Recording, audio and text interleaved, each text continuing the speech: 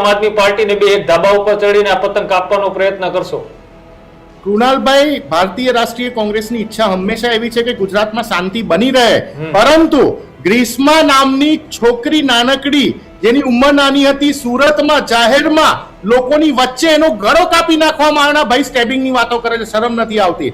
અરે આ એવી પાર્ટી છે જેના પાર્ટી પ્રમુખ બાંગારુ લક્ષ્મણ કેટલા વર્ષો જેલમાં રહ્યા, એ પણ હેમંતભાઈને પૂછી લો. આ એ પાર્ટી છે કુલદીપ સેંગર, જે એક બાળકીનો રેપ કરે અને એને જ્યારે બેલ મળે સુપ્રીમ કોર્ટના હાઈકોર્ટના માધ્યમ દ્વારા, સુપ્રીમ કોર્ટ એનું સંજ્ઞાન લઈને બેલ કેન્સલ કરે. આ લોકો હાર પહેરાવવા જતા હતા કુલદીપ સેંગરને. વાહ વાહ વાહ વાહ, દુનિયાનું મહાન કામ કરીને આવ્યા છે. આ એ પાર્ટીના લોકો સમજાવવાની કોશિશ કરે છે અમને કે ગુજરાતમાં શું વ્યવસ્થા છે.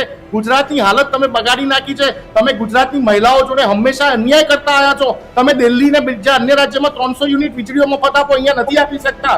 તમે સીસીટીવી ના કેમેરાની વાત કરો છો, તો પછી તમે એ પણ સમજાવી દો કે ગુજરાતમાં છેલ્લા 5 વર્ષમાં 48,000 દારૂના અડ્ડા અને બુટલેગરોની વિરુદ્ધ ફરિયાદો થઈ. શું આ 48,000 દારૂના અડ્ડા બંધ થયા? આ બુટલેગરો જેલના સળિયાની પાછળ છે.